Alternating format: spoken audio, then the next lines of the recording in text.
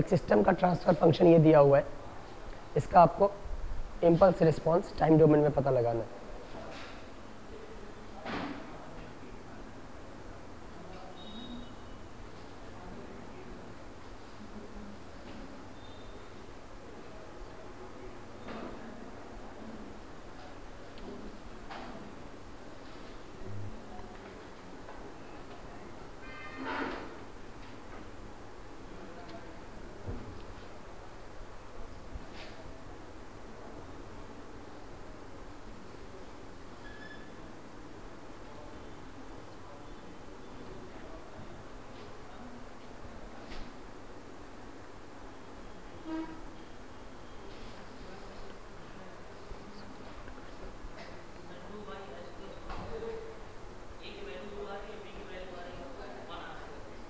अच्छा, ए की वैल्यू 2 और बी की वैल्यू 1 आ रही है, ठीक है। ये आ जाएगा 2 divided by S plus 1 plus 1 divided by S plus 100, ठीक है। अगर ट्रांसफर फंक्शन इतना है तो वाई एस इक्वल टू हम लिखेंगे इम्पल्स रिस्पॉन्स के लिए इम्पल्स के इनपुट का लाप्लास 1 आ जाएगा, तो ये Y S Y T equal to आ जाएगा 2 into minus T plus E to power minus 100t, है ना। अगर आप वाई टी का ग्राफ प्लॉट करेंगे तो इसका टाइम कांस्टेंट कितना है, इस टर्म का टाइम कांस्टेंट 1 सेकेंड है और इस टर्म का टाइम कांस्टेंट 1/100 सेकेंड ना। जिसका टाइम कांस्टेंट कम होगा वो तेजी से डीके करेगा, है ना। तो इसकी स्पीड ये इससे 100 टाइम्स फास्ट होगा, है ना।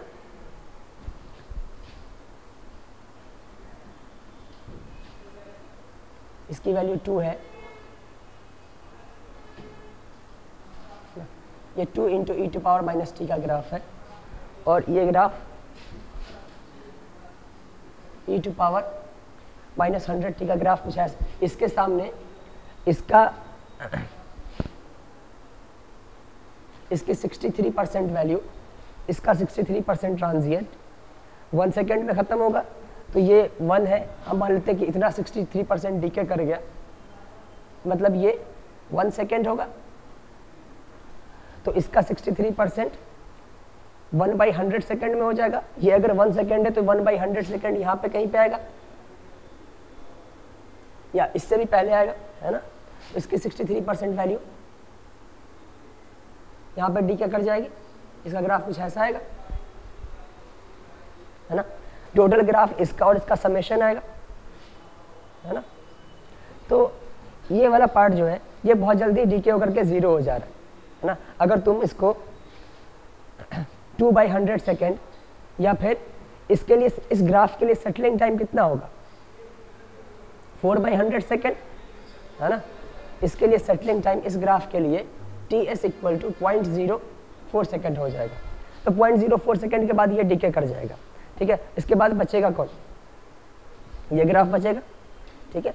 तो इस टोटल सिस्टम को t ग्रेटर देन 0.04 सेकेंड के लिए हम ये कह सकते हैं कि ये पार्ट इसमें है ही नहीं, ठीक है, सिर्फ ये पार्ट है ना। तो इसको हम, अब ये ग्राफ किसका है, अगर इसको हटा दो तो ये फर्स्ट ऑर्डर सिस्टम का रिस्पॉन्स है ना, ठीक है। तो इस सेकेंड ऑर्डर सिस्टम को हम इस सिस्टम से रिप्लेस कर सकते हैं, इसको हम बोलेंगे first order approximation of second order system. आ रही बात समझ में, ठीक है। तो इसका अप्रोक्सीमेशन क्या आ जाएगा, फर्स्ट ऑर्डर अप्रोक्सीमेशन इसका 2/s+1 आ जाएगा। इसका अगर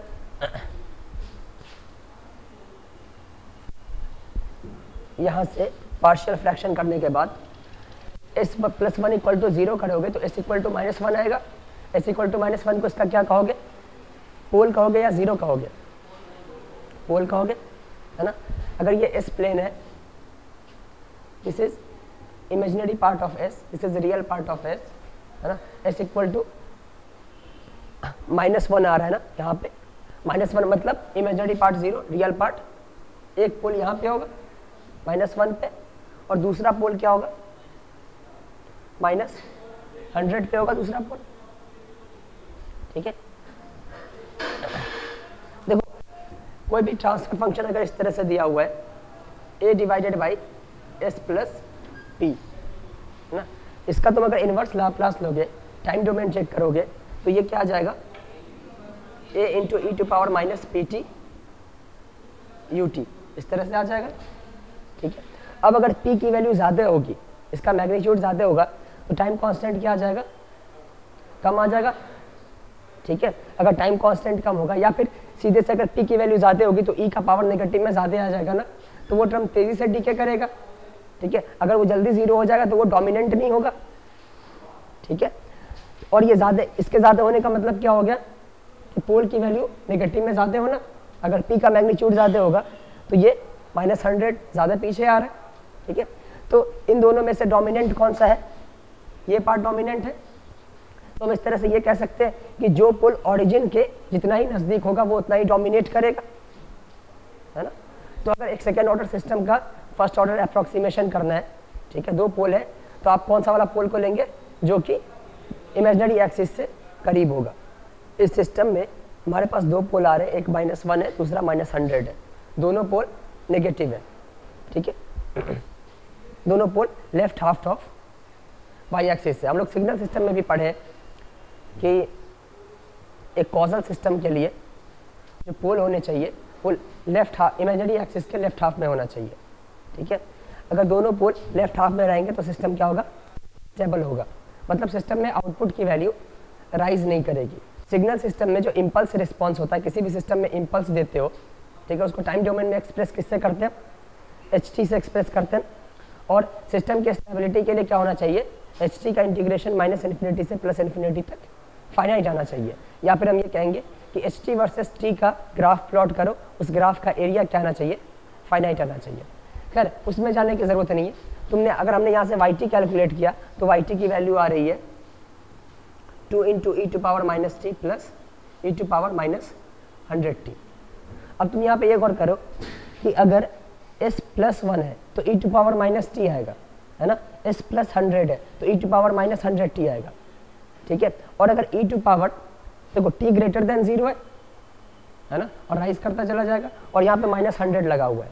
अगर t को पॉजिटिव में इंक्रीज करोगे तो e का नेगेटिव पावर इंक्रीज होगा, e का अगर नेगेटिव पावर इंक्रीज होगा तो वैल्यू डिक्रीज करती जाएगी और t इक्वल टू इन्फिनिटी पे 0 को टेंड कर जाएगी। तो ये वैल्यू हर टाइम पे फाइनाइट है ना। अगर मैं यहाँ पे e टू पावर +100t लिख रहा हूँ तो यहाँ पे क्या होगा, माइनस आ जाएगा।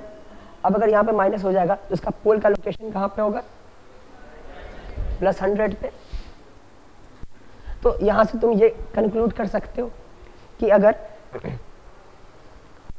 पोल positive half of J omega axis पे है तो सिस्टम क्या हो जाएगा, अनस्टेबल। यहाँ पे t को इन्फिनिटी टेंड करोगे तो e टू पावर +∞ आएगा और ये इनफाइनाइट आ जाएगा, e टू पावर -∞ 0 होता है ना। तो यहाँ से हम ये कंक्लूड कर सकते हैं कि अगर सिस्टम का एक भी पोल, अगर मैं यहाँ पे -100 कर देता हूँ, ठीक है, ये आ जाएगा 2 into E to power -t plus E to power +100t। ये टर्म तो स्टेबल है, ठीक है, t टेंडिंग टू इन्फिनिटी पे ये क्या आ रहा है, फाइनाइट आ रहा है, लेकिन t टेंडिंग टू इन्फिनिटी पे ये इनफाइनाइट आ जा रहा है। तो फाइनाइट प्लस इनफाइनाइट इनफाइनाइट ही होगा। तो अगर सिस्टम में एक भी टर्म, ठीक है, एक भी टर्म के करस्पॉन्डिंग इन्फिनिटी वैल्यू आ रही तो टोटल सिस्टम क्या हो जाएगा, अनस्टेबल होगा। तो हम ये कह सकते हैं कि अगर एक सिस्टम में एक से ज़्यादा पोल है ना, तो सारे पोल नेगेटिव हाफ में होने चाहिए, negative half of J omega axis में, क्योंकि एक पोल भी अगर पॉजिटिव में हाफ में आ जाएगा तो वो ई का पावर पॉजिटिव टी देगा, और टी अगर राइज करता जाएगा तो वो टर्म इनफाइनाइट हो जाएगा, है ना। तो सारे pole negative half of S plane में होने चाहिए। तो अब एक अगर हम फर्स्ट ऑर्डर सिस्टम लें 1 डिवाइडेड बाई s + 2, इसको तुम देखते ही कह दोगे कि ये स्टेबल सिस्टम है। ओके, एक सेकेंड ऑर्डर सिस्टम लेते हैं s² + 3s + 2। ये स्टेबल है,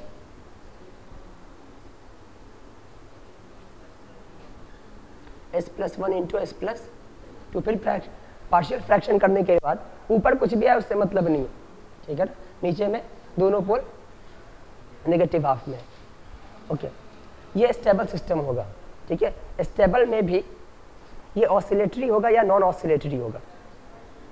बी स्क्वायर, यहाँ से तुम b² minus 4ac direct check कर लो, या फिर जीटा कैलकुलेट करके भी चेक कर सकते, लेकिन जीटा में थोड़ा लंबा प्रोसीजर है, सीधे b² माइनस 4ac से आ जाएगा, है ना। यहाँ पे b² 3 का स्क्वायर माइनस 4 2, है ना, ये ग्रेटर देन 0 आ रहा है ना। दोनों पोल क्या होंगे, रियल होंगे, ठीक है। दोनों पोल अगर रियल होंगे तो नॉन ऑसिलेटरी आ जाएगा।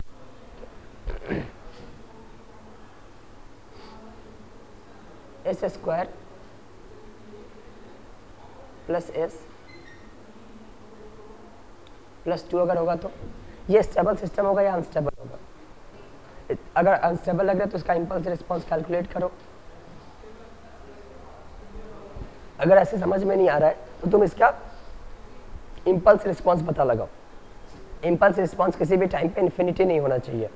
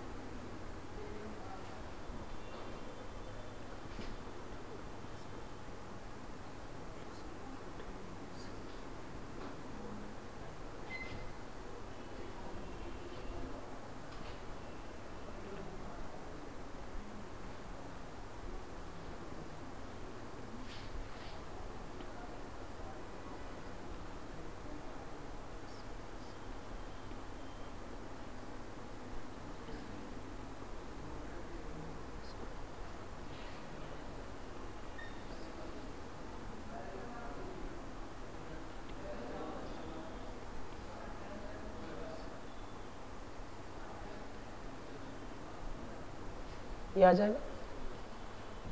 इसमें स्टेबिलिटी कौन डिसाइड कर रहा है? इसमें स्टेबिलिटी ये टर्म डिसाइड कर रहा है ना। ये टर्म तो हमेशा ऑसिलेटरी है, ये टर्म डिसाइड कर रहा है। e का पावर यहाँ पे क्या हो गया, यही पार्ट, ये टोटल पार्ट साइन का एम्पलीट्यूड है और ये एम्पलीट्यूड डिक्रीज करता जा रहा है, तो ये डिक्रीज होकर के 0 आ जाएगा, तो फाइनली ये इसका आउटपुट 0 होगा। तो ये भी स्टेबल सिस्टम है। तो हम ये कहेंगे कि ये इसका ग्राफ कैसा आएगा।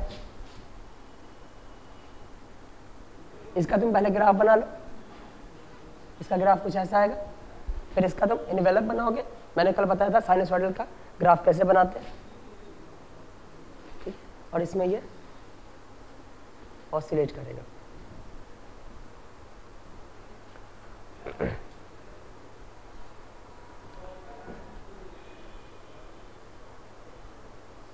तुम इसका रूट पता लगाओ, इसका रूट क्या आएंगे। इसके हम पोल से सिस्टम की स्टेबिलिटी को पोल से रिलेट कर रहे हैं ना, ठीक है। तो यहाँ पे सिस्टम स्टेबल है तो इसके पोल जरा चेक करके देखो कि इसके पोल की लोकेशन कहाँ पे आ रही है। देखो अगर रूट रियल है तो वहाँ से तो बहुत आसानी से पता लगा सकते हो कि सिस्टम स्टेबल होगा या अनस्टेबल होगा। अगर रूट कॉम्प्लेक्स आ जाए, ठीक है, जैसे इस केस में रूट क्या आएगा, इस केस में रूट की value s equal to -1/2 plus minus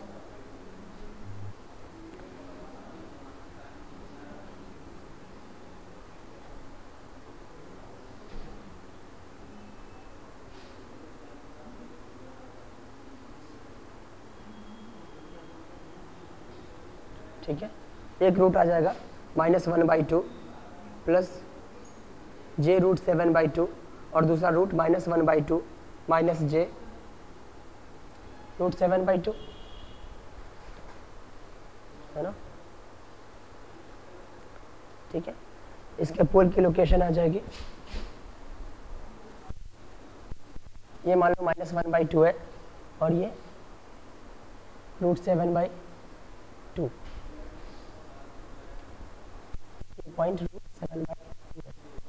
तो एक पोल यहाँ पे होगा और दूसरा पोल यहाँ पे, दोनों पोल की location left half of J omega axis है। तो मैंने left half of J omega axis कहा था, इसका ये मतलब नहीं कि पोल की लोकेशन यहीं पे हो, पोल की लोकेशन कहीं पे भी हो, अगर ये left half of J omega axis पे है तो ये सिस्टम स्टेबल होगा।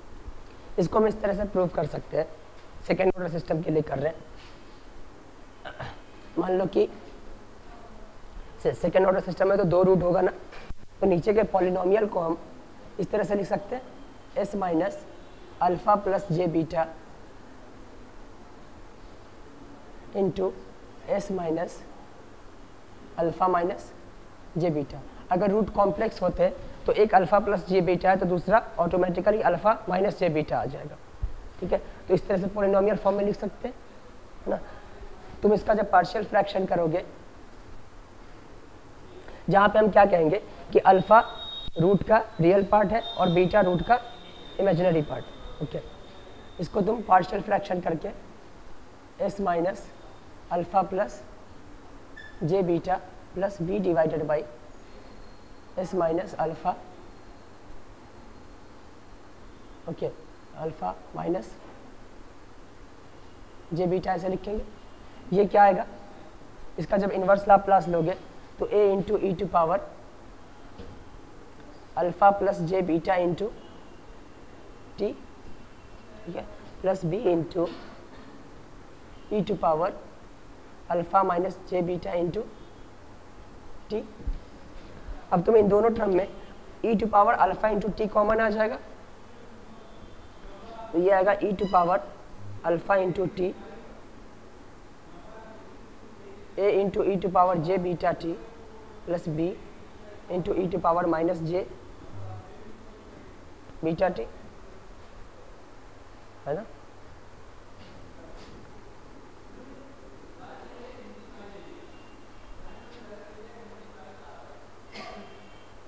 अब तुम्हारे को ये भी पता है, इसको साइन और कॉस में कन्वर्ट करने की जरूरत नहीं है।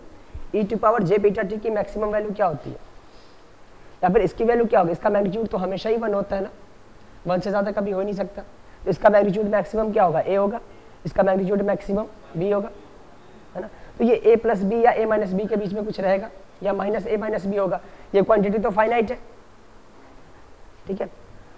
तो ये टोटल टर्म जो है फाइनाइट या इनफाइनाइट आएगा, अब ये इस पर डिपेंड कर रहा है, ठीक है। ये टोटल क्या है, ये देखने में E to power J beta T, लेकिन ये साइनसॉइडल है ना। इसको हम इस तरह से लिखेंगे, a cos beta T plus J A sign beta T plus b cos beta T minus b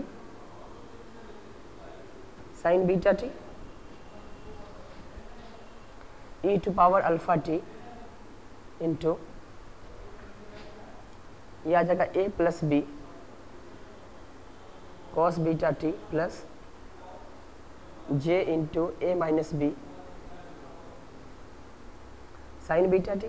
तो ये तो साइन और कॉस के टर्म में एम्पलीट्यूड तो ये डिसाइड करेगा, ठीक है। तो अब अगर चाहते हो कि ये फाइनाइट है तो इसका एम्पलीट्यूड क्या होना चाहिए, ये कंटिन्यूसली टाइम के साथ डीके करना चाहिए। अब ये क्वांटिटी डीके कब करेगी, जब अल्फा नेगेटिव हो।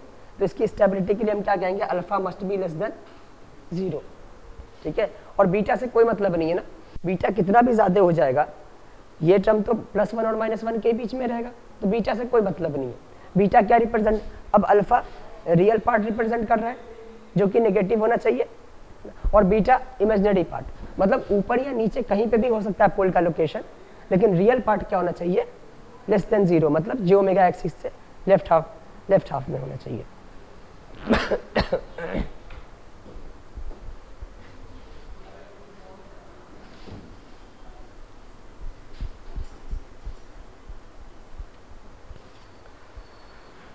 तो सेकेंड ऑर्डर सिस्टम में हमने ये, मतलब अब किसी भी सिस्टम में हम ये कह सकते हैं कि पोल की लोकेशन जो होना चाहिए वो लेफ्ट हाफ में होना चाहिए, ठीक है।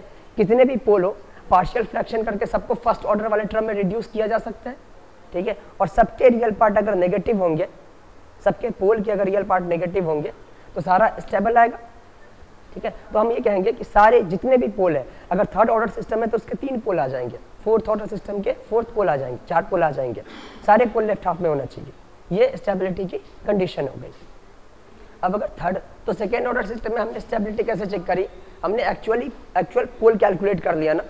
सेकेंड ऑर्डर सिस्टम में पोल कैलकुलेट करने का तुम्हारे पास फॉर्मूला होगा। मैं कोई भी सेकेंड ऑर्डर सिस्टम दूं, अब तुम बता दोगे कि ये स्टेबल होगा या नॉन अनस्टेबल होगा। जैसे मैं अगर ऐसे दे दूं,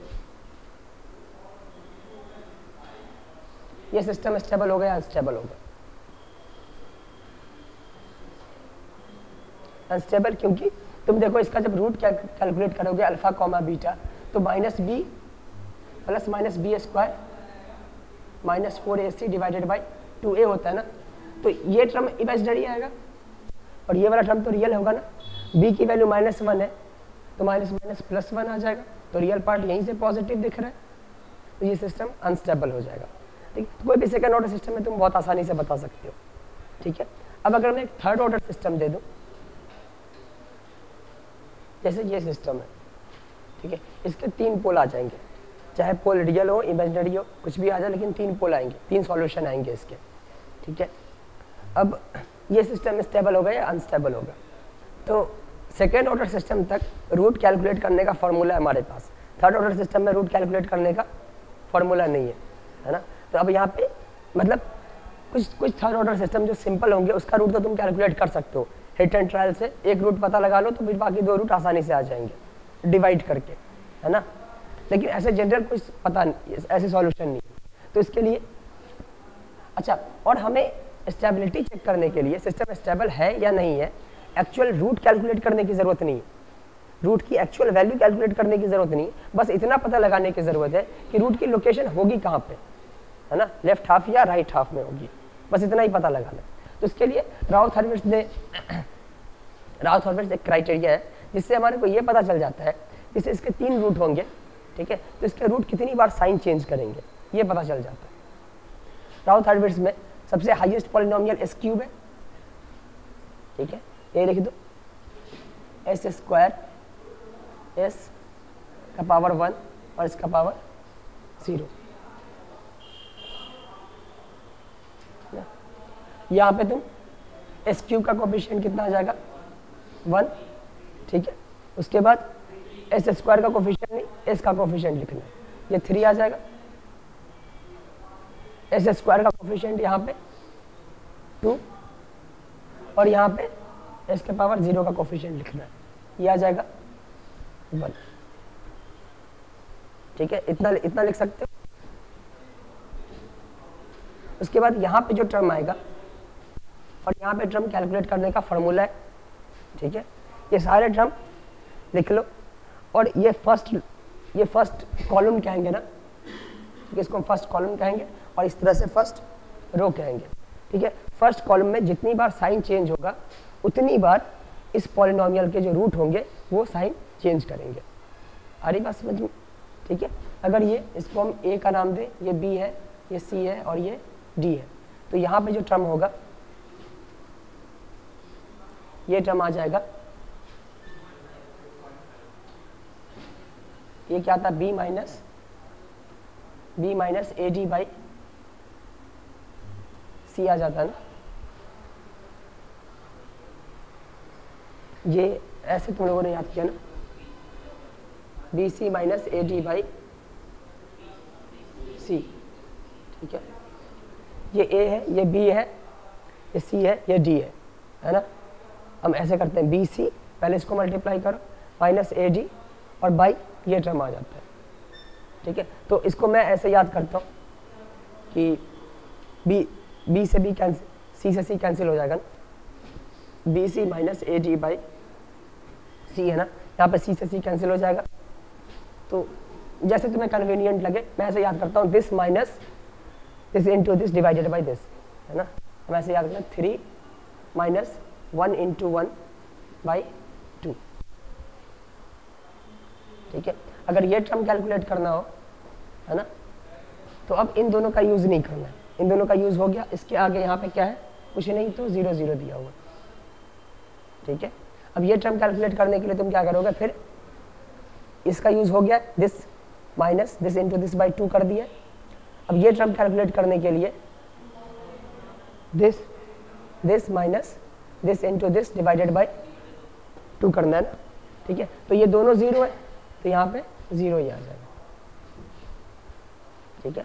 और ये टर्म कितना हो जाएगा, 3 माइनस 2.5 हो जाएगा, इसकी जगह पे मैं 2.5 लिख दे रहा हूँ। फिर ये टर्म अगर कैलकुलेट करना है, this minus this into this divided by 1 minus 0 into 2 divided by 2.5, तो ये 1 आ जाएगा। अब फर्स्ट कॉलम में चेक करना, साइन चेंज नहीं हो रहा है तो इसके रूट भी साइन चेंज नहीं करेंगे, ठीक है। तो ये सिस्टम क्या आ जाएगा, स्टेबल आ जाएगा। जितनी बार साइन चेंज होगा, अगर यहाँ पे 2 बार साइन चेंज हो रहा है, ठीक है, तो इसका मतलब हो जाएगा कि इसके 2 रूट राइट हाफ में होंगे। अगर 1 बार साइन चेंज हो रहा है मतलब इसका 1 रूट राइट हाफ में है, कोई साइन चेंज नहीं हो रहा मतलब इसका कोई भी रूट, ये सारे के सारे अगर नेगेटिव भी आ जाएंगे, साइन चेंज नहीं होना चाहिए। अगर सारे सारे नेगेटिव है फिर भी हम कहेंगे सिस्टम स्टेबल है, ओके। तो इसको हम अब चेक करके देखते हैं। जैसे एक सिस्टम हम पहले से एक नोन सिस्टम ले लेते हैं, है ना, -1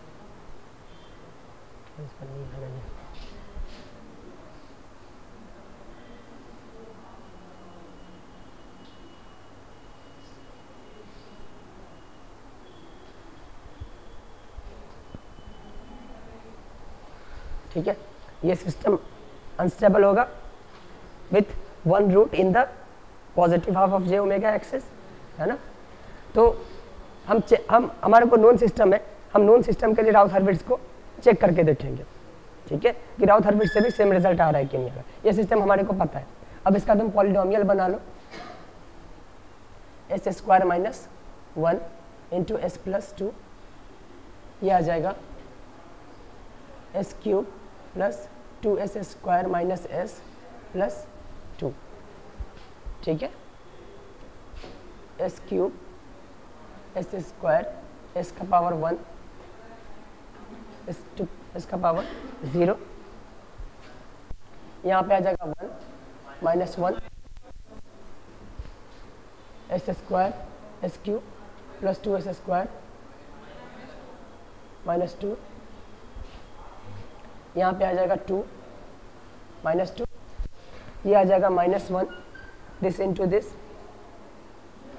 माइनस ना -2 डिवाइडेड बाई 2, और इसके लिए हम आगे जाएंगे, ये 0, तो ये कितना आ जाएगा, ये 0 आ रहा है, अच्छा।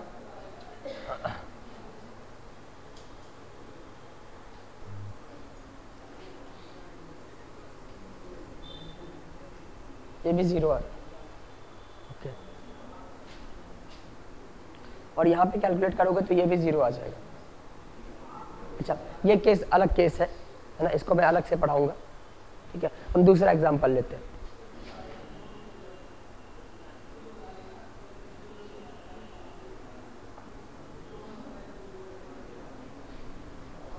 ठीक है।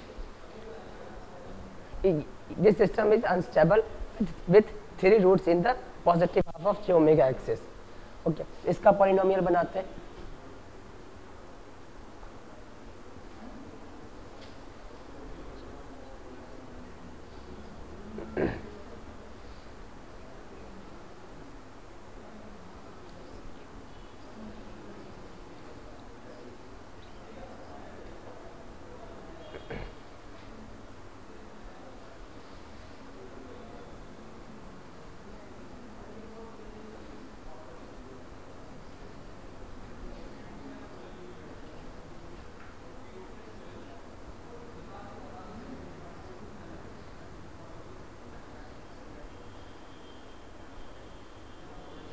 ठीक है।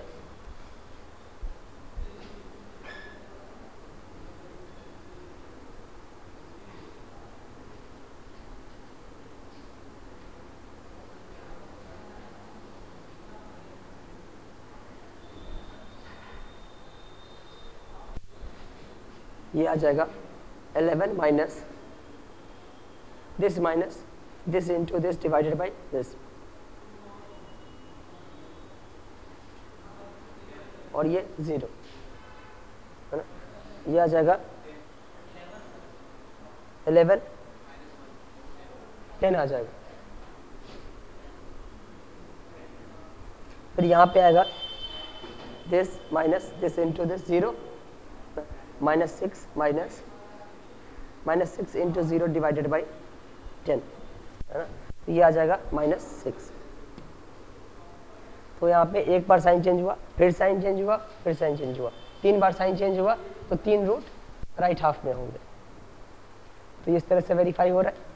ठीक है, ये थर्ड ऑर्डर पॉलिनोमियल क्या है, इस तरह फोर्थ ऑर्डर पॉलिनोमियल का भी कर सकते हैं। अभी हम अननोन पॉलिनोमियल ले रहे हैं, s4 plus s³ plus s² plus s plus 1। इसकी स्टेबिलिटी चेक करो।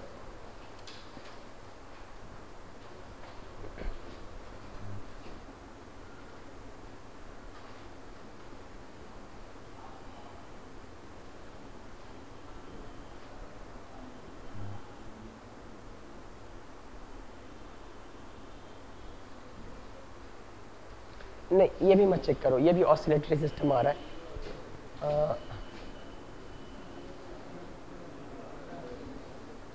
यहाँ पे 2 कर दे रहा हूँ मैं, ये आ जाएगा 1 माइनस 1 इंटू 1 बाई 2, यहाँ पे 0 है। ये टर्म क्या आएगा, ये टर्म कैलकुलेट करने के लिए इन दोनों को यूज़ करते हैं, यहाँ का टर्म कैलकुलेट करने के लिए इन दोनों को यूज़ करेंगे और ये फिक्स रहेगा। ठीक है, तो ये आ जाएगा 1 माइनस ये वाला 1, ठीक है, इसको 1 डैश कह दे रहा हूँ मैं, 1 डैश माइनस 1 इंटू 0 बाई 2। ये कैलकुलेट करने के लिए हम यहाँ वाला टर्म कैलकुलेट करने के लिए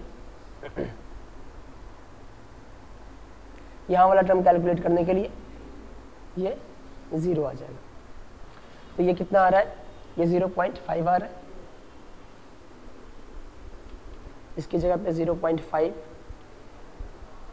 ये 1 आ रहा है। फिर यहाँ पे क्या आएगा, this minus 1 minus 1 into 2 divided by 0.5 और ये 0, फिर आगे भी 0। ठीक है, ये कितना आ जाएगा, ये -3 आ जाएगा। फिर यहाँ पे कितना आएगा 1 और ये सब 0। तो इसमें 2 बार साइन चेंज हो रहा है, positive to negative and negative to positive. तो इसके 2 root right half of S plane होंगे। हमने स्टेबल सिस्टम पढ़ा है, अनस्टेबल सिस्टम पढ़ा है। स्टेबल सिस्टम में इम्पल्स रिस्पॉन्स क्या होता है, डीके करके 0 हो जाता है। अनस्टेबल सिस्टम में राइज करके बहुत ज़्यादा हो जाता है। ऐसे सिस्टम भी हो सकते हैं जिसका इम्पल्स रिस्पॉन्स ना डीके करके 0 हो और ना ही इनफाइनाइट हो, वो ऑसिलेट करता रहे। जैसे किसी का इम्पल्स रिस्पॉन्स अगर sin t आ जा रहा है, ऐसा आ सकता है ना, तो तुम ऐसा एक ट्रांसफर फंक्शन बना सकते हो, या फिर ऐसे बता सकते हो एक ऑसिलेटरी सिस्टम का ट्रांसफर फंक्शन बता सकते हो, जो कि ना ही अनस्टेबल हो और ना ही स्टेबल हो। तो उस सिस्टम को मार्जिनली स्टेबल कहते हैं। ठीक है, जैसे sin t ht equal to sin t क्या आ जाएगा, मार्जिनली स्टेबल है, ये इनफाइनाइट भी नहीं जा रहा और कभी 0 भी नहीं होता है। तो yt इक्वल टू अगर मैं sin t को, तो ys क्या आ जाएगा, s² प्लस 1। ठीक है, और इम्पल्स रिस्पॉन्स के लिए ट्रांसफर फंक्शन और ys सेम होता है। तो ये ट्रांसफर फंक्शन किस सिस्टम का होगा, एक मार्जिनली स्टेबल सिस्टम का। अब अगर मैं एक ऐसा सिस्टम लूं,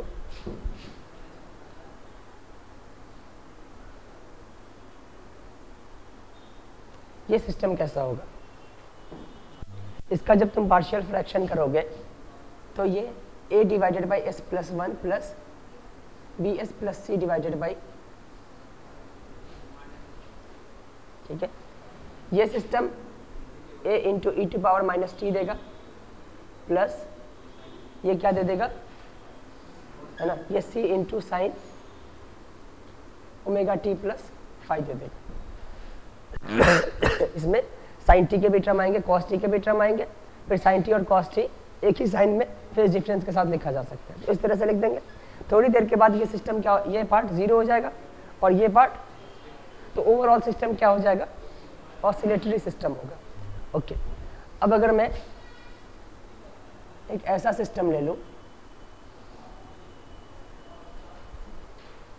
इसका a divided by s minus 1 plus B S plus C divided by S square plus 1 आ जाएगा ना। ये पार्ट होगा e टू पावर प्लस ये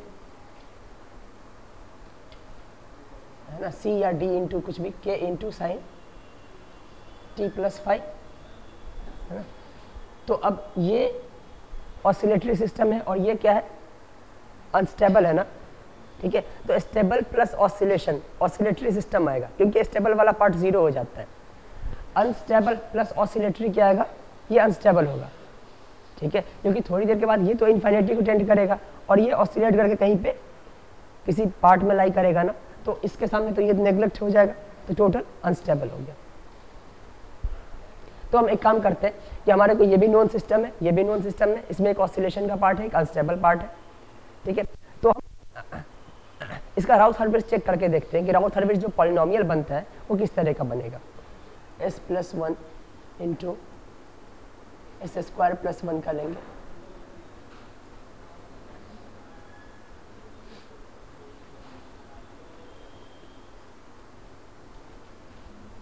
ठीक है।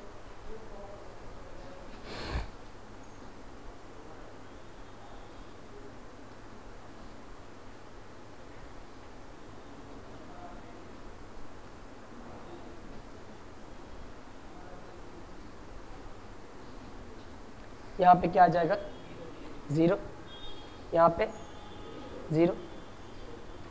अगर कभी भी एक कंप्लीट रो अगर 0 आती है ना, तो फिर उसके नीचे कैलकुलेशन पॉसिबल नहीं है, ठीक है। अगर ये कंप्लीट रो 0 आता है तो तुम क्या करो, इससे पहले जो रो है ना, ठीक है, इसका इक्वेशन तुम लिखोगे ना, इसका इक्वेशन को हम ऑक्सिलरी इक्वेशन कहेंगे। जैसे यहाँ पे एस स्क्वायर का टर्म कितना है, 1 है, एस स्क्वायर का कोफिशिएंट। उसके बाद ये किसका कोफिशिएंट होगा,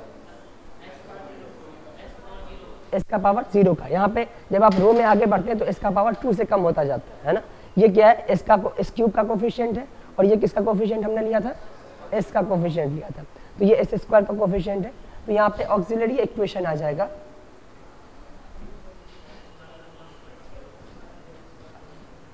ये 2s आ जाएगा ना, sorry auxiliary equation S square plus 1 आ जाएगा, ठीक है,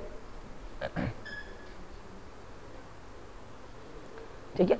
अब इसके टर्म, अब अगर देखो टोटल कंप्लीट रो अगर 0 आ गया, ठीक है, तो इतना समझ में आ गया कि सिस्टम में मार्जिनली स्टेबल होगा, ठीक है। मतलब एक टर्म होगा जिसकी वजह से सिस्टम मार्जिनली स्टेबल होगा, लेकिन मार्जिनली स्टेबल के साथ साथ और भी पॉलिनोमियल होंगे। अगर वो स्टेबल है तो टोटल सिस्टम को मार्जिनली स्टेबल कहेंगे। मार्जिनल स्टेबल सिस्टम के साथ अगर दूसरा टर्म अनस्टेबल है तो टोटल सिस्टम अनस्टेबल हो जाएगा। तो यहाँ पे मार्जिनली स्टेबल सिस्टम डिसाइड हो रहा है, लेकिन हमारे को और भी पॉलिनोमियल बनाने हैं, ठीक है, क्योंकि ये भी मार्जिनली स्टेबल है तो ठीक है। इसके आगे अगर सिस्टम अनस्टेबल होगा तो टोटल सिस्टम अनस्टेबल भी होगा ना, तो यहाँ पे तो डिसाइड नहीं है, तो हमारे को आगे भी पॉलिनोमियल देखने पड़ेंगे। तो आगे पॉलिनोमियल देखने के लिए ये कंप्लीट रो 0 है, तो आगे फर्दर कैलकुलेशन पॉसिबल नहीं है, ठीक है। तो आगे फर्दर कैलकुलेशन करने के लिए तुम क्या करो, इस ऑक्सिलरी इक्वेशन को डिफरेंशिएट कर दो, ठीक है। डिफरेंशिएट करने के बाद क्या आएगा, ये 2s आ जाएगा, ठीक है। अब यहाँ पे जो भी s का कोफिशिएंट है यहाँ पे लिख दो, ये क्या आ जाएगा 2 और ये 0, ठीक है, और फिर यहाँ पे 1 आ जाएगा। अब साइन चेंज नहीं हो रहा है तो सिस्टम क्या है, स्टेबल दिख रहा है, लेकिन ये कंप्लीट रो क्या थी, 0 थी ना, ये हमने ऑक्सिलरी इक्वेशन से पता लगाया। तो system stable plus marginally stable क्या आ जाएगा, मार्जिनली स्टेबल सिस्टम आ जाएगा। अगर सिस्टम स्टेबल नहीं है ना, तो और अनस्टेबल मार्जिनली स्टेबल सिस्टम है, उसका वो ऑसिलेटरी सिस्टम कहलाएगा ना, हमेशा ऑसिलेट करता जाएगा, ठीक है। देखो स्टेबल सिस्टम में भी ऑसिलेटरी रिस्पांस आता है, लेकिन इसका ऑसिलेशन डीके करता जाता है ना। एक मार्जिनली स्टेबल सिस्टम में ऑसिलेशन क्या होगा, वो सस्टेन्ड ऑसिलेशन कहलाएगा, ठीक है, वो कभी डीके नहीं करेगा। तो अगर ऑसिलेशन करेगा तो उसकी ऑसिलेशन की फ्रीक्वेंसी होगी, ठीक है, तो इस सिस्टम में तुम ऑसिलेशन की फ्रीक्वेंसी बता सकते हो कितनी होगी, तुम यहाँ से पता लगाओ। देखो तुम्हारे पास ट्रांसफर फंक्शन है, ठीक है, आफ्टर ऑल तुम इसको, और ट्रांसफर फंक्शन भी पॉलिनोमियल फॉर्म में दिया हुआ है ना, सॉरी मतलब फैक्टराइज करके दिया हुआ है। तो इसका तुम अगर कुछ नहीं आता तुम इसका इन्वर्स लाप्लास लेके yt तो कैलकुलेट कर ही सकते हो। तो यहाँ से ये आ जाएगा a divided by s plus 1 plus B S plus C divided by S square plus 1, ठीक है। ये टर्म तो डी के होकर 0 हो जाएगा, यही टर्म सस्टेन्ड ऑसिलेशन के लिए रिस्पॉन्सिबल है, ठीक है। अब इससे कुछ क्या है, इससे एक टर्म आएगा B S divided by S square plus 1 plus C divided by S square plus 1। ये टर्म क्या आएगा, बी कॉस 1 स्क्वायर, ये 1 स्क्वायर टी प्लस सी, दोनों की फ्रीक्वेंसी सेम है ना, तो हम दोनों को मिला करके के साइन टी प्लस 5 लिख दे रहे हैं। 5 इंपॉर्टेंट नहीं है, हमारे को ऑसिलेशन फ्रीक्वेंसी पता लगानी, तो यहाँ पे ओमेगा इक्वल टू कितना आ गया 1 रेडियन पर सेकेंड, ठीक है। Frequency equal to 1/2 pi hertz आ जाएगा, ठीक है। तो यहाँ पे फ्रीक्वेंसी का कैलकुलेशन किसके बेसिस पे हो रहा है, बस यही इक्वेशन तो फ्रीक्वेंसी बता दे रही है ना। बी और सी का कोई रोल नहीं है ना फ्रीक्वेंसी में, बी और सी तो इसके एम्पलीट्यूड को बता रहा है, एम्पलीट्यूड से फ्रीक्वेंसी का कोई लेना देना नहीं है, ठीक है। अगर यहाँ पे एस स्क्वायर प्लस 2 होता तो यहाँ पे √2 का स्क्वायर करते तो यहाँ पे भी √2t आ जाता और यहाँ पे भी √2t आता, ठीक है। तो ऑसिलेशन की फ्रीक्वेंसी कौन डिसाइड करता है, जो भी ऑसिलेटरी पार्ट है इसका कैरेक्टरिस्टिक इक्वेशन। तो तुम इसका यहाँ से इन्वर्स लाप्लास लेके ऑसिलेशन फ्रीक्वेंसी पता लगा सकते हो, या फिर अगर तुम राउथ हर्विट्ज से चेक कर रहे हो, जिस टाइम तुम स्टेबिलिटी चेक कर रहे होगे उस टाइम पे ये टोटल रो 0 आ जाएगी, जो रो 0 आ रही है उससे पहली वाली रो का तुम ऑक्सिलरी इक्वेशन बनाओ, ठीक है, और इस इक्वेशन को तुम 0 से इक्वेट कर दो, ठीक है। यहाँ पे एस स्क्वायर इक्वल टू -1 आ जाएगा, ठीक है। और अगर रिस्पॉन्स प्योरली ऑसिलेटरी है, ठीक है, तो एस इक्वल टू क्या आ जाएगा, अगर प्योरली ऑसिलेटरी है तो एस इक्वल टू हम जे ओमेगा पुट करेंगे, तो ये क्या आ जाएगा, एस स्क्वायर क्या आ जाएगा माइनस ओमेगा स्क्वायर, है ना, इक्वल टू -1, माइनस से माइनस कैंसिल, तो ओमेगा इक्वल टू 1 रेडियन पर सेकेंड। जहाँ पे भी सिस्टम कोई भी सोर्स हो या फिर सिस्टम में प्योर ऑसिलेशन हो, प्योरली साइनसॉइडल हो, तो एस इक्वल टू हम सिग्मा प्लस जी ओमेगा नहीं रखेंगे। सिग्मा जो होता है वो बस एटेन्यूएशन होता है या फिर एक्सपोनेंशियल इंक्रीज होता है या एक्सपोनेंशियल डीके के लिए आता है। अगर सस्टेन्ड ऑसिलेशन है, प्योर फ्रीक्वेंसी टर्म है, तो एस की जगह पे सिर्फ हम जी ओमेगा पुट करेंगे। अगर प्योर फ्रीक्वेंसी नहीं है तो एस की जगह पे सिग्मा प्लस जी ओमेगा पुट करेंगे। ओके, तो इसका समझ में आ गया कि ये सिस्टम मार्जिनली स्टेबल होगा। अब इसका पॉलिनोमियल बनाओ और इसके राउथ हर्विट्ज पॉलिनोमियल को चेक करो कि ये कैसा आता है। इसका कैरेक्टरिस्टिक इक्वेशन आ जाएगा S cube minus S square plus S minus 1, S cube S square S to power 0, 1 1 -1 -1 0 0 0 0, ठीक है। जहाँ पे वैल्यू 0 आ जाएगी और यहाँ पे भी 0, ये इंटायर रो 0 आ गया, मतलब यहाँ से इतना पता चल गया कि यहाँ पे ऑसिलेशन होगा, ठीक है। लेकिन सिस्टम अनस्टेबल भी हो सकता है, तो हम आगे चेक करने के लिए क्या करेंगे, ये इंटायर रो 0 आ गई है तो इसका ऑक्सिलरी इक्वेशन बनाओगे, इसका ऑक्सिलरी इक्वेशन आ जाएगा माइनस एस स्क्वायर प्लस -1। अब इसको डिफ्रेंशिएट करोगे तो ये आ जाएगा -2s, तो यहाँ पे s का कोफिशिएंट -2 हो जाएगा और यहाँ पे क्या आ जाएगा -1। अच्छा, अनस्टेबल पहले ही पता चल गया था, मार्जिनल स्टेबल होने से पहले ही पता चल गया था अनस्टेबल। ओके, तो ये सिस्टम पता चल गया ना, marginal stable, stable, marginal stable, unstable पता चल गया। ओके, और भी कुछ स्पेशल टाइप ऑफ सिस्टम है। मैं एक मार्जिनल स्टेबल का और भी कहूँगा, एग्जाम्पल दूंगा मैं आपको।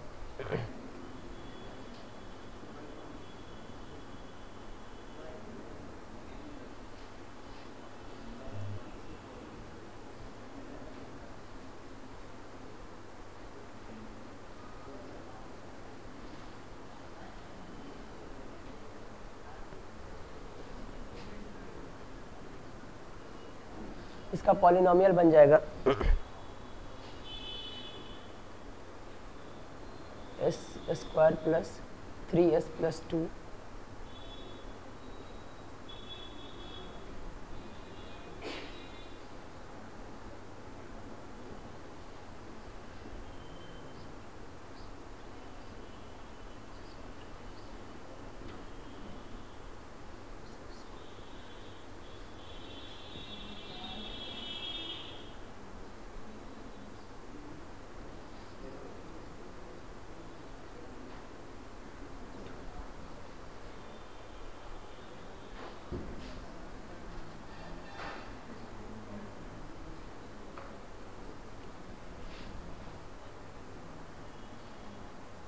1 3 2,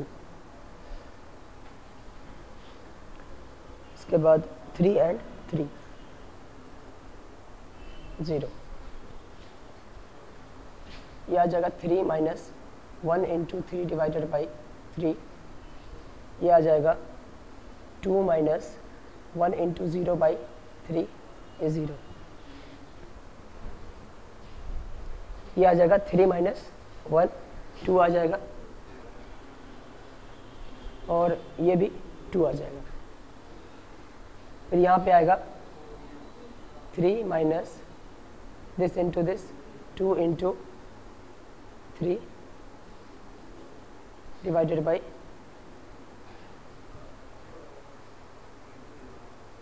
ओके, और ये 0 है ना, तो ये टर्म 0 आ रहा है ओके, है ना। तो यहाँ पे हम ऑक्सिलरी इक्वेशन बनाएंगे, ये आ जाएगा 2s स्क्वायर, फिर इसको डिफ्रेंशिएट करोगे तो 4s आ जाएगा, है ना, डिफ्रेंशिएशन 4s आ जाएगा, तो यहाँ पे हम 4s लिख देंगे। फिर यहाँ पे कितना आ जाएगा 2, तो कोई साइन चेंज नहीं हो रहा है, मतलब ये स्टेबल प्लस मार्जिनल स्टेबल मतलब मार्जिनल स्टेबल आ जाएगा। अभी तक मैंने जितने सिस्टम लिए हैं, मार्जिनल स्टेबल वाले पार्ट को छोड़ दो, तो ये सारे रूट हमने क्या ले लिए, रियल लिए ना। हम इमेजिनरी रूट भी ले सकते हैं, एक एग्जांपल इमेजिनरी रूट का भी कर लेते हैं।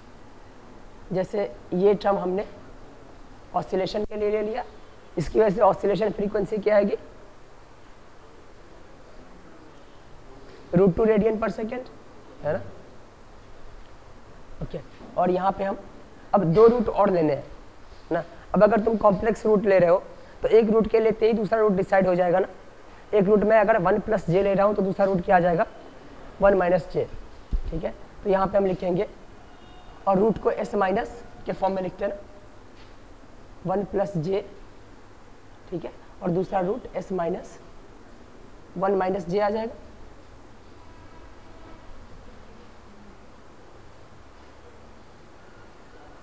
ठीक है, ये सिस्टम कैसा आना चाहिए, इसके रूट क्या क्या है, ये ऑसिलेशन वाला पार्ट है, और फर्स्ट रूट क्या है 1 + j, और दूसरा रूट 1 - j, ठीक है। इसके पोल्स की लोकेशन कहाँ जाएगी, अच्छा ये एक तो 1 + j आ जाएगा यहाँ पे, दूसरा 1 - j, तो इन दोनों पोल की वजह से क्या होगा, अनस्टेबल, 2 पोल राइट हाफ में आ गए ना। ऑसिलेशन की वजह से पोल की लोकेशन कहाँ पे होगी, स्टेबिलिटी के लिए पोल की लोकेशन लेफ्ट हाफ में, ऑसिलेशन की वजह से पोल की ठीक है, ऑसिलेशन की वजह से j ओमेगा एक्सिस पे आ जाएगा, इसका क्या आ जाएगा रूट ना, √2j आ जाएगा, s² = -2, तो s = +- j, तो एक रूट आ जाएगा j√2 और दूसरा रूट -j, तो ये इस सिस्टम का पोल बन जाएगा। अब तुम इसका पॉलिनोमियल बनाओ और देखो कि 2 बार साइन चेंज हो रहा है कि नहीं, 2 बार साइन चेंज भी होना चाहिए और एक रो 0 भी आना चाहिए, ठीक है ना। आपको क्वेश्चन ऐसे दिया जा सकता है, इसका पूरा पॉलिनोमियल दे देगा, ठीक है, पॉलिनोमियल भी नहीं देगा, इस फॉर्म में दे देगा, ठीक है। और आपको पहचानना रहेगा, ऑप्शन दिए रहेंगे कि इसके 2 रूट राइट हाफ में, 2 रूट लेफ्ट हाफ में है, ठीक है, 2 रूट लेफ्ट हाफ में, 2 रूट इमेजिनरी एक्सिस पे है, इस तरह से 4 ऑप्शन बना के दे देगा। तो आपको इसको मल्टीप्लाई करके राउथ हर्विट से चेक करके नहीं देखना है, ठीक है, सीधे सीधे यहाँ से देख लोगे।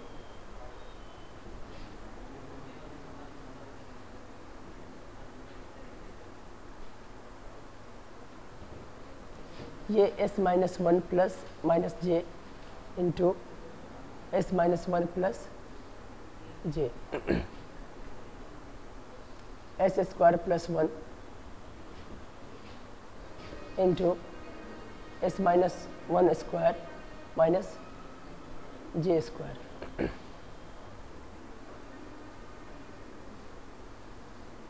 S square minus 2s plus 1 और ये भी प्लस 1 हो जाएगा।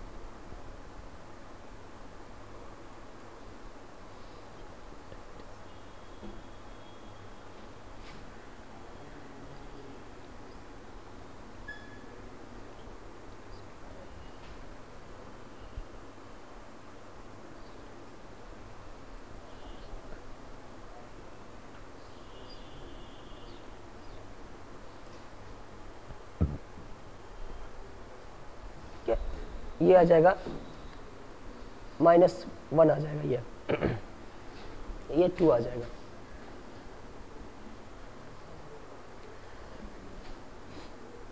यहाँ पे 0 आ जाएगा, ये दोनों सेम है, ये दोनों सेम है, सब्सट्रैक्ट होकर के 0 आ जाएगा। यहाँ पे 0 और ये भी 0, तो ये मार्जिनली स्टेबल को बता रहा है। इंस्टेबिलिटी तो यहीं पे पता लग गई। कैरेक्टरिस्टिक इक्वेशन आ जाएगा 2s स्क्वायर प्लस 2, इसका डिफ्रेंशिएशन 4s आ जाएगा, तो यहाँ पे 4 आ जाएगा।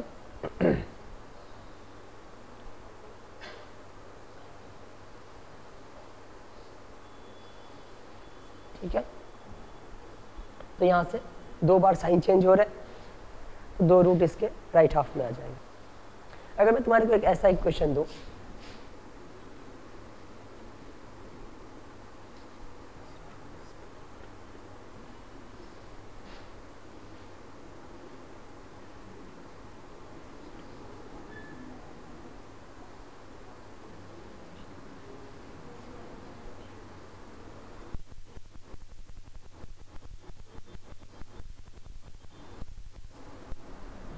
ये सिस्टम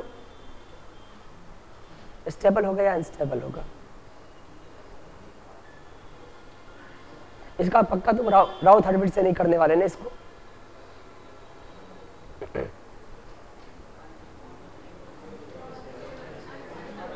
ठीक है, जब तुम इसका लिखोगे तो फर्स्ट वाला 1 आएगा और बाकी जो भी आ जाए। जब सेकेंड वाला लिखोगे तो फर्स्ट क्या आएगा -2, तो पहली बार साइन चेंज आ गया ना। ठीक है, तो अगर हाईएस्ट 2 पावर के साइन अलग अलग है तो पक्का अनस्टेबल होगा, है ना। ऐसा क्वेश्चन नहीं आया है गेट में अभी।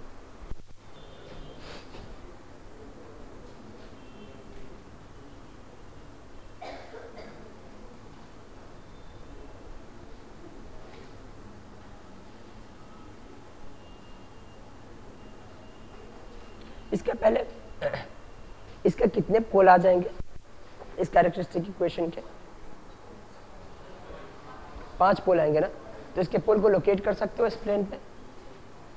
इसके पहले इसके पोल को लोकेट करो, फिर सेकेंड नंबर में तुम इसका इन्वर्स लाप्लास लेकर के देखो कि ये सिस्टम कैसा आ रहा है। ये सिस्टम तुम्हें देखने में कैसा लग रहा है, स्टेबल, मार्जिनली स्टेबल या अनस्टेबल? हाँ, अनस्टेबल सिस्टम। पहले इसके पोल लोकेट कर लो। हमने अभी तक ये बताया कि सिस्टम अनस्टेबल तभी होगा जब सिस्टम के पोल जो है वो राइट हाफ ऑफ इस प्लेन पे हो।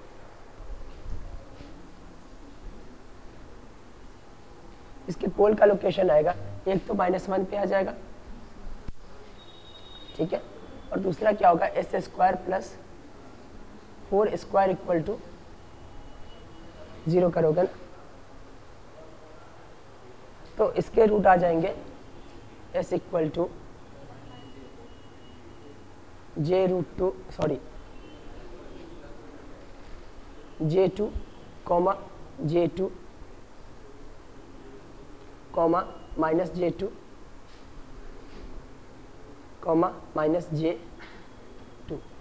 ठीक है। ये 4 रूट आ जाएगा, रिपीटेड रूट्स आएंगे इसके। जैसे x² - x - 3 का अगर मैं होल स्क्वायर करूंगा, इसके रूट x = 3, 3 आएंगे, ठीक है। तो इसका लोकेशन आ जाएगा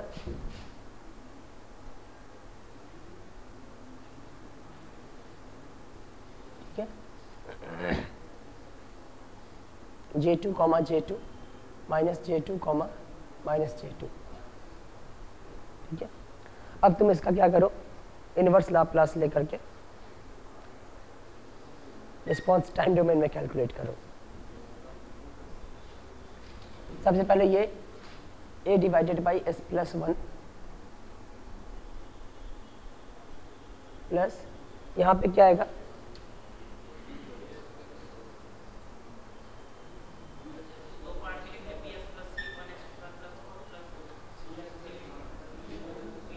bs + c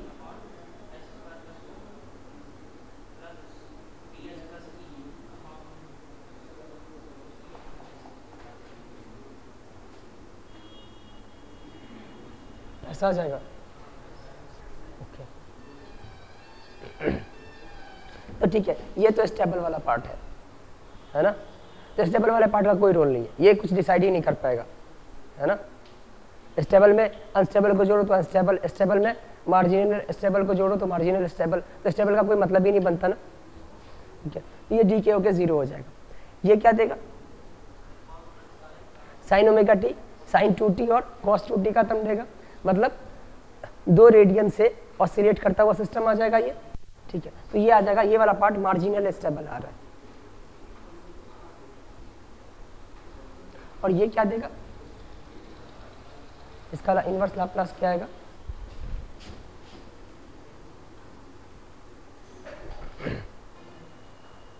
साइन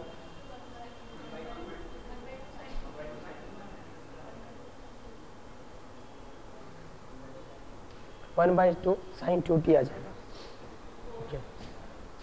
अब अगर आप यहाँ पे t से मल्टीप्लाई करोगे तो लाप्लास डोमेन में -d/ds हो जाता है ना, तो t/2 sin 2t का आ जाएगा -d/ds ऑफ 1/s² + 4, है ना। तो t बाई इक्वल नहीं करेंगे, लाप्लास करेंगे इसका। इसका लाप्लास आ जाएगा माइनस, ये आ जाएगा -1 डिवाइडेड बाई s² + 4 का स्क्वायर इंटू, फिर इसका डिफ्रेंशिएशन होगा तो ये 2s आ जाएगा। तो s डिवाइडेड बाई s² + 4 के होल स्क्वायर का कितना, इतना आ गया, ठीक है। अब इसके अलावा जो भी यहाँ पे एडजस्टमेंट होगा वो तो बस उसके कोफिशिएंट से फ़र्क पड़ेगा। अब तुम ये देखो कि इसका टाइप क्या आ जाएगा, ये टाइप आ जाएगा t/2 sin 2t या फिर t/2 cos 2t आ जाएगा, कुछ इस फॉर्म का आएगा। ये पार्ट ऑसिलेटरी है और इसका एम्पलीट्यूड क्या हो रहा है, साइन का इंक्रीज करता चला जा रहा है ना। ये सिस्टम क्या आ जाएगा, अनस्टेबल आएगा। मतलब जहाँ पे भी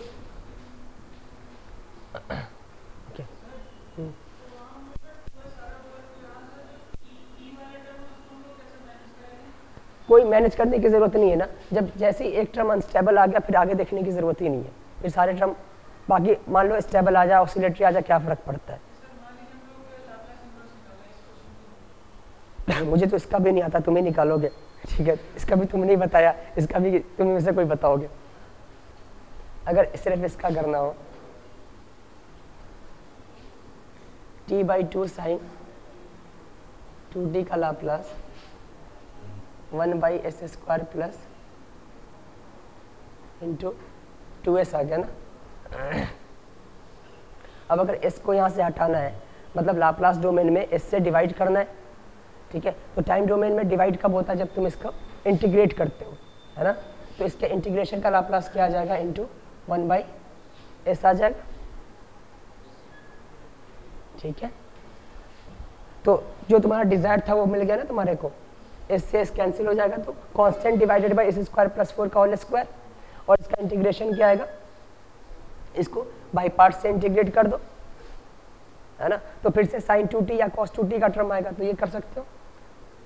ओके, तो यहाँ पे एक ऐसा केस हमारे को मिला कि अगर सिस्टम का पोल राइट हाफ में नहीं भी है, अगर इमेजिनरी एक्सिस पे ही डबल पोल आ रहे, ठीक है, देखो इमेजिनरी एक्सिस पे अगर यहाँ पे एक पोल है तो ऑटोमेटिकली यहाँ पे भी एक पोल हो गई, है ना, क्योंकि इमेजिनरी पार्ट हमेशा कंजुगेट होता है एक दूसरे का, ठीक है।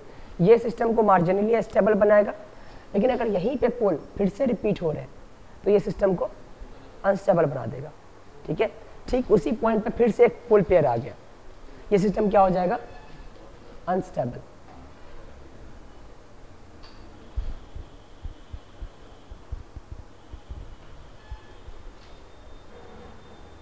अगर ऐसा हो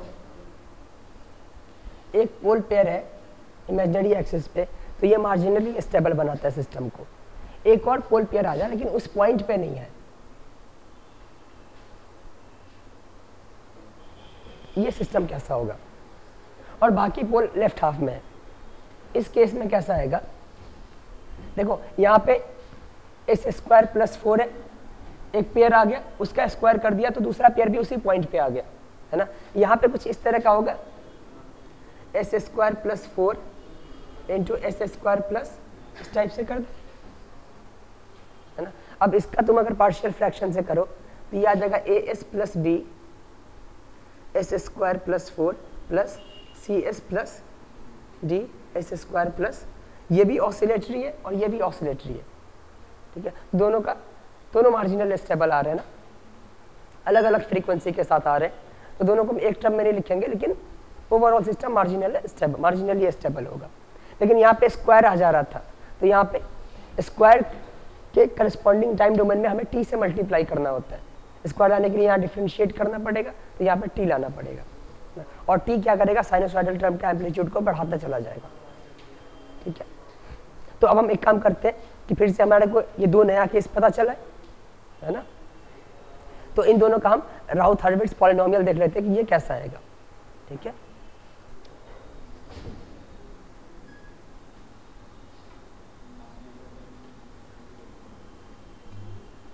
एक ये देखना है हमारे को, दूसरा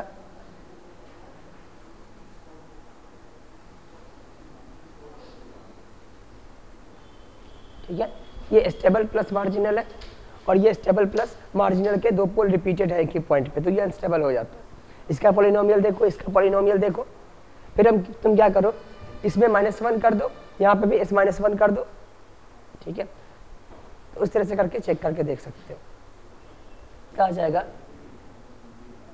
s+1 into s⁴ plus 8s² plus 16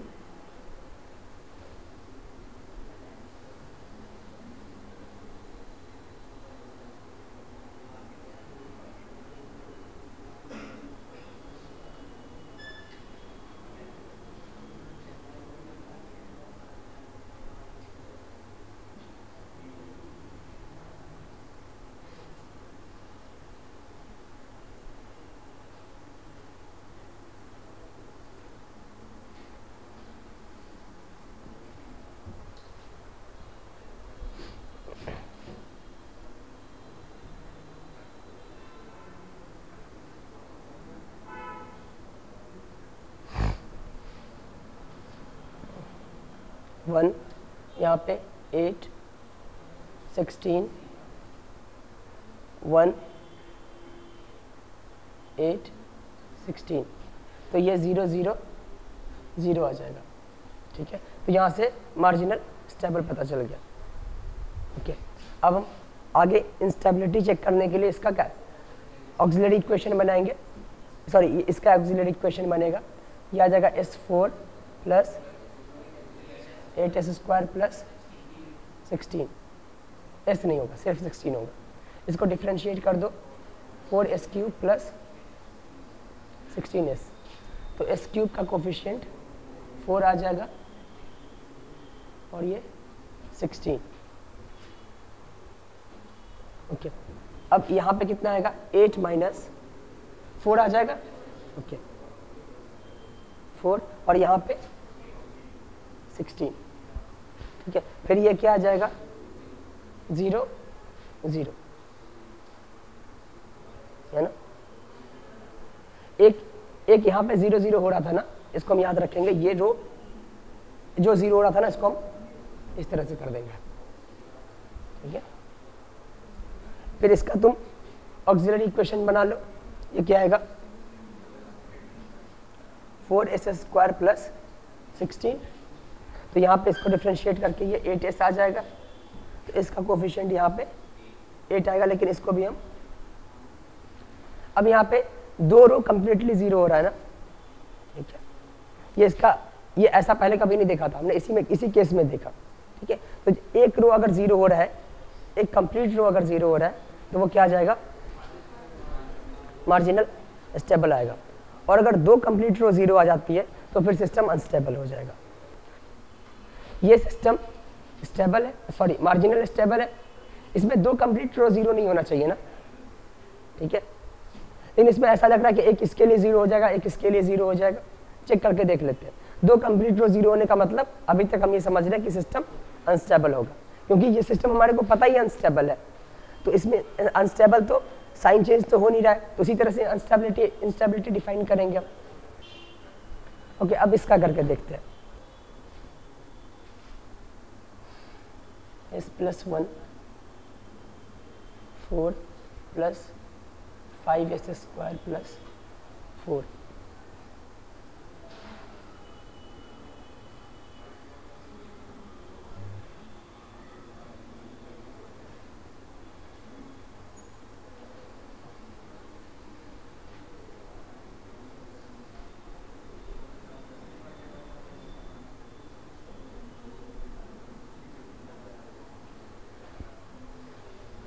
one 5 4, ये आ जाएगा 1 और 5, तो ये कंप्लीट रो 0 हो रहा है ना। यहाँ पे ऑक्सिलरी इक्वेशन बन जाएगा S4 प्लस 5s²। यहाँ पे कुछ मिस हो रहा है, 4s मिस हो गया ना।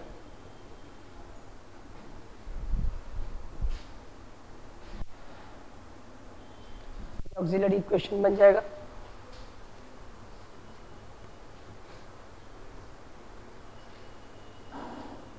ठीक है। इसको डिफ्रेंशिएट करने पे 4s³ प्लस 10s इतना आ जाएगा, है ना। s³ का कोफिशिएंट 4 आ रहा है और s का 10।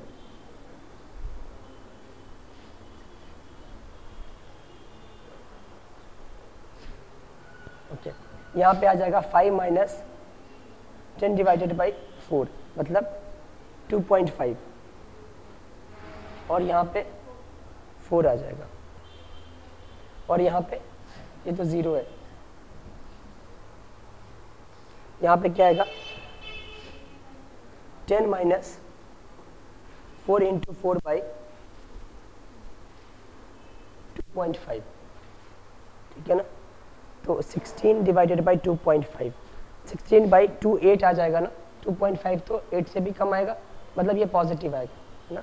2 पॉइंट समथिंग आ जाएगा, 2 पॉइंट समथिंग। हाँ 2 आ जाएगा कुछ और यहाँ पे 4 आ जाएगा। ठीक है, तो मार्जिनल स्टेबल करने के लिए 2 पॉलिनोमियल रिस्पॉन्सिबल है, लेकिन एक ही बार इंटायर रो 0 हो रहा है। ठीक है, तो कितने भी पॉलिनोमियल रिस्पॉन्सिबल हो मार्जिनल स्टेबल के लिए, राउथ हर्विट्ज में एक ही बार कंप्लीट रो 0 होएगा। अगर 2 बार 0 हो जा रहा है तो वो फिर अनस्टेबल सिस्टम हो जाएगा। ठीक है, ये अनस्टेबल है। यहाँ पे तुम अगर माइनस लगा के देखोगे तो मुझे ऐसा लग रहा है कि एक बार साइन चेंज भी होगा और 2 कंप्लीट रो 0 भी हो जाएंगे। ठीक है, तो इसके लिए मैं होमवर्क दे रहा हूँ, आप ये इसको घर पे करेंगे। यहाँ पे भी माइनस लगा दो और यहाँ पे भी माइनस लगा दो, ये दोनों होमवर्क दे रहा हूँ।